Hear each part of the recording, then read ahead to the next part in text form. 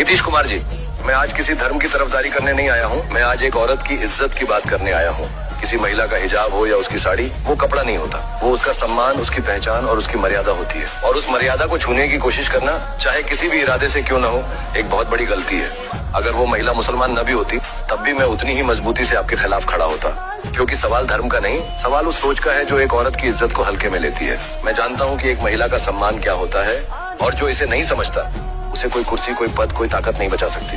अभी भी वक्त है नीतीश कुमार जी, खुले दिल से, खुले मंच से माफी मांग लीजिए।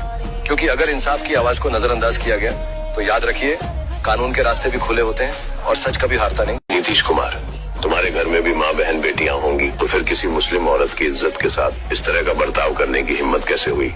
मुझे तो लगता है कि तुम अपने माँ बहन बेटियों को भी इसी नजर में देखते हो।